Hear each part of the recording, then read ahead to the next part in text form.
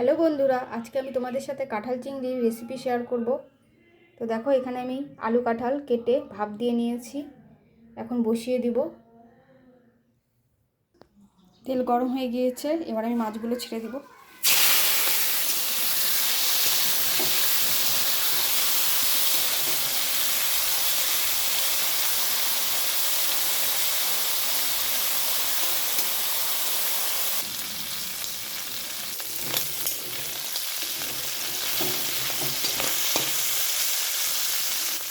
মাছ ভাজা হয়ে গেছে, এবার আমি মাছগুলোকে নামিয়ে নেব।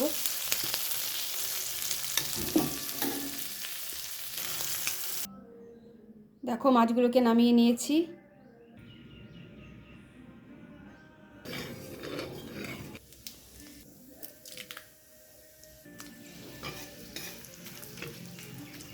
তো বন্ধুরা দেখো, ফোড়নে দিয়ে দিয়েছি 2টো শুকনো লঙ্কা, তেজপাতা আর গোটা গরম মশলার আর জিরে। ফোড়নটা ভালো করে গরম হয়ে গিয়েছে, এবার আমি আলুগুলো ছেড়ে দেব।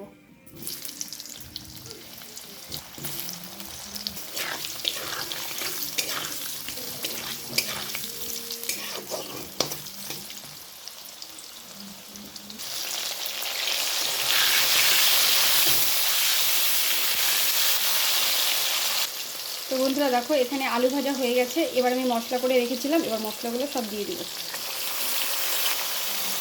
সামান্য পানি দিয়ে দিলাম, স্বাদ মতন নুন,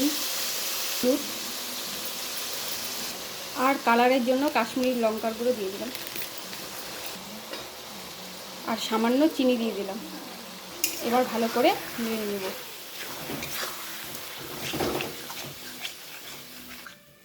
এবার মশলাটাকে ভালো করে কষিয়ে নিতে হবে। আর মশলার মধ্যে ছিল জিরে, ধনিয়া বাটা, আদা, রসুন, লঙ্কা বাটা আর টমেটো বাটা, আর ছিল পেঁয়াজ বাটা। তো চলো মশলাটাকে ভালো করে কষিয়ে নিই।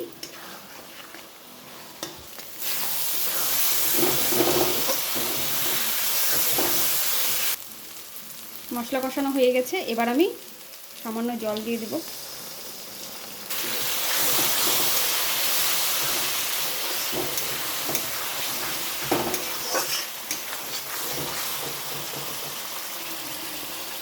এবার কাঁঠালগুলোকে, সিদ্ধ করা কাঁঠালগুলোকে দিয়ে দেব।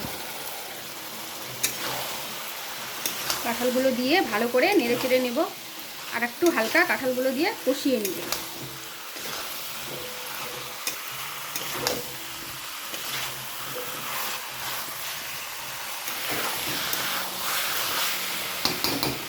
তো বন্ধুরা দেখো, কাঁঠাল দিয়ে আরেকটু আমি কষিয়ে নিলাম। এবার আমি মাপ মতন জল দিয়ে দেব। তো বন্ধুরা দেখো, মাপ মতো জল দিয়ে দিয়েছি। এবার ভালো করে নেড়ে নেব, আর ঝোলটা ভালো করে একটু ফুটিয়ে নেব। ঝোল ফুটে গিয়েছে বন্ধুরা, এবার আমি চিংড়ি মাছগুলো দিয়ে দেব।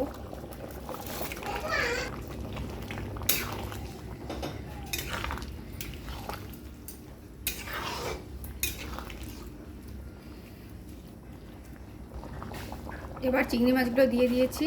এবার আর একটু ঝোলটিকে চিংড়ি মাছ দিয়ে ফুটিয়ে নেব।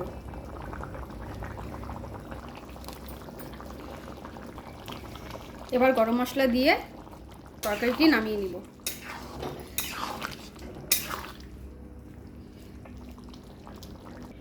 তো বন্ধুরা দেখো, তরকারি রান্না হয়ে গেছে কাঁঠাল চিংড়ি। এবার আমি নামিয়ে নেব।